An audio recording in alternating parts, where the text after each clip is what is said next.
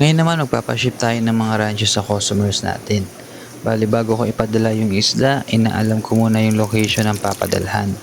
Dito ko kasi inform si customer kung need pa i-quarantine yung fish bago i-ship. Ka-quarantine lang ako pag kailangan kong ipadala through transshipper via bus terminal or airport pickup.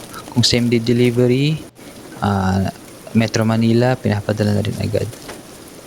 Syempre, yung size dapat tambag, dapat tama sa quantity at size ng isda. Yung gamit kong hangin, yung sa may air pump ko lang. Tapos, itatali ko na ng rubber band. Dapat sigurado na mahigpit para secure sa biyahe. Tinatalian ko din pala yung bottom corners ng bag para hindi ma-stuck yung isda doon sa edge kasi possible ma-deform sila. Then, next, piprint ko na yung label. Nakalagay dito yung size, color, quantity, and gender ng isda. Tapos, ibabag ko na at ready to ship na.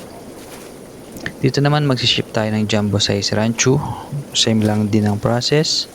Sizing ng bag, bilang ng fish, water level, hangin, kung kailangan medical oxygen, rubber band. Sa ganitong jumbo size sa 14 cm, solo lang dapat to sa XL, double XL na bag.